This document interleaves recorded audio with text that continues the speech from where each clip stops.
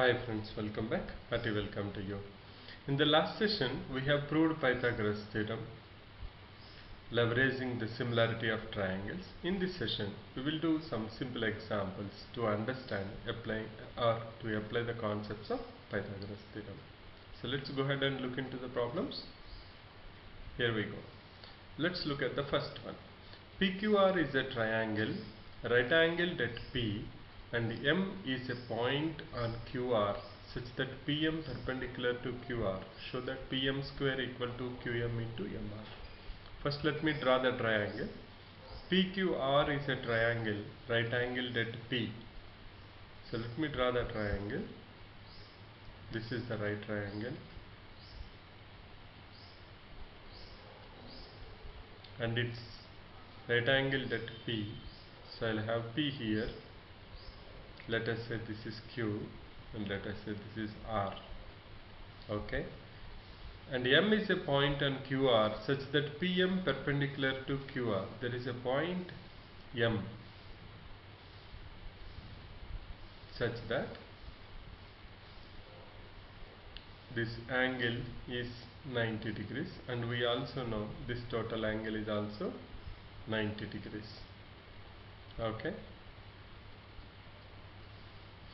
That is what we have. Now we have theorem, if you remember, right? The theorem says that if you drop a perpendicular from the vertex of the right angle to the hypotenuse, then the perpendicular will divide the triangle, right angle triangle, into two triangles, and all of them are similar to each other. That means the whole triangle, that is PQR, is similar to, let us say this is M, that's what we have now. PQR is similar to MPQ, and it is also similar to, let us say, RMP. So you can see PMR, PMQ and PQR. We have three triangles. All of them are similar to each other. So what I will do whenever I look into these problems is,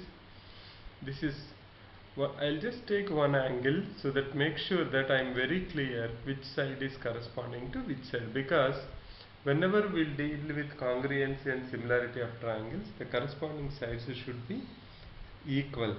They should be decided based upon the corresponding angles. That means in these three triangles I should have same angles. Two triangles to be similar, they should have corresponding angles equal and corresponding sides are in proportion. So let's say this angle is theta. If I take it as theta, then this is 90. Can I say this is 90 minus theta? And you obviously know, if this is theta and this is 90, in the big triangle also you have another 90 minus theta, and this small angle is nothing but equal to theta. So that's how we also have, by the way, a 90 degrees here too. Okay. Now what we need to prove? We need to prove PM square equal to QM into MR. That means now I have to look at the triangles where I have QM and MR. Which triangles I have QM and MR? I know that they are PQM, where I have QM, and I have PMR, where I have. So I have to consider now triangles, these two triangles. But we know these two triangles are similar to each other. If they are similar to each other, then their corresponding sides should be in proportion. So let us see how this goes. Let's put down the angle. Let us say theta 90, 90 minus theta. If I take PQM, the theta is at P, Q 90 degrees is at M, and 90 minus theta is at Q. Similarly, if I take PMR, the theta is at R, and 90 degrees is at M, and 90 minus theta is at P. Okay. Now once we have this, what we have to prove? we have to prove Pm square equal to Qm into Mr. I will just write it down here. We have to prove Pm square equal to Qm into Mr. So I need to find out two Pms. So let me see where I have.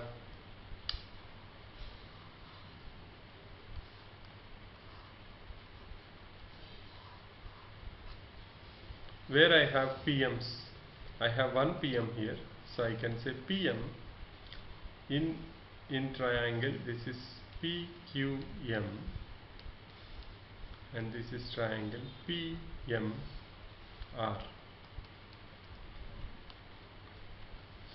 PM divided by Rm equal to another PM where I can get here. So I can say Qm divided by PM.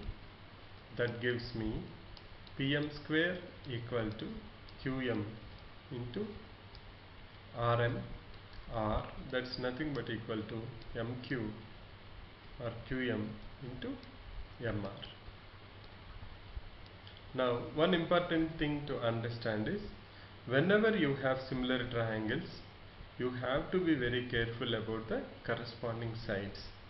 How will we know in different triangles, similar triangles, what are the corresponding sides? We can identify them by knowing the angles. Now if I look here in PMR, the side which is going from theta angle to 90 minus theta included between these two angles is PR. PR. You can see that. Whereas you go to PMQ, theta 90 minus theta is nothing but PQ. You can see that here. So once you are able to put down this table, any type of proof you can do very easily. For that, just simply take one arbitrary angle, theta or alpha, whatever is convenient to you. You will see that since you have right angle in all of them and one angle is common to two triangles, if I take PQR and PQM, angle Q is common. If I take PMR and I take PQR, angle R is common. Then by that, if you equate them, you will get that angle. If you take triangle PMR and PMQ, you will also have 90 degrees and also two angles which are common. So that's how we can prove this. Let's go to the next example. Let's look at the second problem. What we need to prove as part of that. ABC is an isosceles triangle with AC equal to BC. ABC is an isosceles triangle with AC equal to BC. So I have AC, let us say AC equal to BC. If AB square equal to 2AC square, then prove that ABC is a right triangle. Okay. Now we have AC equal to BC. So let me just note it down. We have been given AC equal to BC. Okay, right. Now given to us AB square equal to 2AC square. So can I write it as AB square equal to AC square plus AC square? Then I can write it as AB square equal to AC square plus BC square, because AC equal to BC. But now if you look here, you are saying square of one side of a triangle is equal to sum of squares of remaining two triangles. This is nothing but converse of Pythagoras theorem, which tells you that the side opposite to the hypotenuse is 90 degrees, or this angle is 90 degrees. So according to converse of Pythagoras, triangle ABC is a right triangle. Is a right triangle. That's how we can prove it. Let's move to the next one. The next one, we have ABC is an equilateral triangle of side 2A. Find each of its altitude. So let me try to draw an equilateral triangle. Let us say this is A, B, C. All the sides are equal. That is what we know. Let us say it has been already given that they are 2A, we have to find out each of its altitudes. Altitude means what is that? You have to drop a perpendicular from one vertex to the opposite side. So these are altitudes. Let us say this point is x, then we have to find out ax is how much. We have to find out ax is how much. But you can see that we are forming a right angle triangle. And can you tell me what is bx equal to xc equal to how much? It's equal to a. How can we prove that? How can we prove that x is dividing this into at midpoint into a? You can prove in so many ways. One way is you can take these two triangles AB, AXB and AXC by RHS congruency. You will see that hypotenuse is equal in both of them and one side is common. So by RHS you can prove that A, B, X is congruent is congruent to A, C, X. ABX is congruent to ABX is congruent to, let us say congruent to ACX. We know that. So this becomes A and A now. Now it is pretty simple. We have a right angle triangle. Now where is the right angle triangle? Right angle triangle is A, X, B. Or you can say ABX, in which according to Pythagoras AB square equal to AX square plus BX square. Now we know AB square is nothing but 2A whole square equal to AX square plus BX square, that's nothing but equal to A square. Can I transpose them so that I will have AX square equal to 4A square minus A square, that gives me AX square equal to 3A square, which gives me that AX equal to root 3 into A, or A root 3.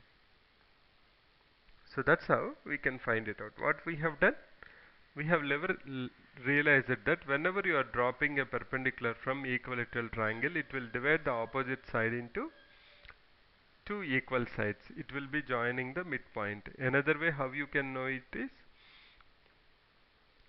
you can prove by RHS congruency that these two triangles are congruent to each other. Once they are congruent to each other, BX should be equal to XC. So that's nothing but equal to A.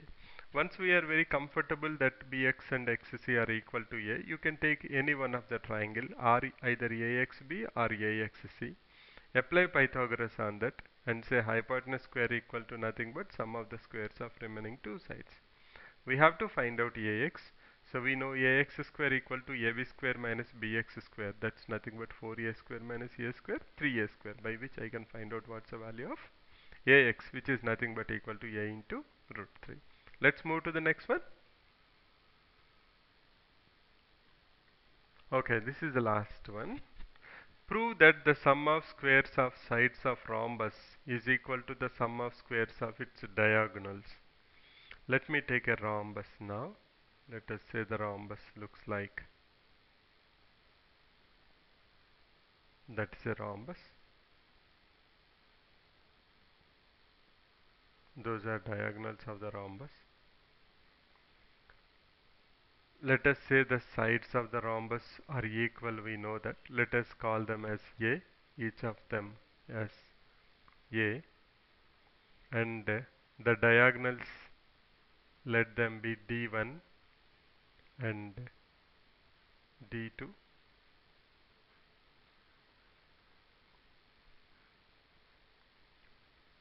Let them be D1 and D2. Then you can see that half of this is nothing but equal to D1 by 2. Similarly, half of the diagonal is nothing but equal to D2 by 2. But we have one property, if you remember, the diagonals intersect at 90 degrees angle. So you can see that you are forming a right angle triangle. Let's put down names so that it's easy. Let us say this is A, B, C, and D, and this point B, O. So you will see that all of them are congruent triangles, right? Any triangle you take, all of them are right angle triangles. They all of them have hypotenuse equal to A, and all of them have one side is d1 by 2 and another side is d2 by 2. So we have four triangles with these properties. Sides, one side is d1 by 2, another side is d2 by 2, and this is equal to A. Now we have four triangles like this, right? Prove that sum of squares of the sides of the rhombus. First let me look into what is sum of squares of sides of rhombus. First, sum of squares of sides of rhombus is nothing but a square plus a square plus a square, because the side is a, sum of squares add up to 4a square. Now let's go to sum of squares of its diagonals. That's what we have to prove. Okay. Now you can see here in the hypotenuse in the right angle triangle, this angle is 90 degrees. You can see that a square is nothing but equal to d1 by 2 whole square plus d2 by 2 whole square. That's nothing but equal to a square equal to d1 square by 4 plus d2 square by 4. Now if you simplify this, you will get 4a square equal to d1 square plus d2 square. That's what we need to know. We need to know that sum of squares of the sides of the rhombus is nothing but 4a square equal to sum of squares of its diagonals. We took diagonals as d1 and d2. It's nothing but equal to d1 square plus d2 square. So what's the key property we have to understand here? That in rhombus, the diagonals intersect at 90 degrees. So they form a right angle triangle with the hypotenuse equal to the side of the rhombus. So once you are aware of that and know that remaining two sides are nothing but half of the diagonals, and you see that you are forming four identical right triangles if you divide the rhombus. Okay, so then it's very easy. You can apply Pythagoras and you can find out that 4a square equal to d1 square plus d2 square. That's what we have to prove. We'll solve some more problems in the coming sessions. We are going through similar triangles and Pythagoras, and we are doing some simple problems to apply the concept. Thanks for visiting, friends. See you in the next session. Bye for now.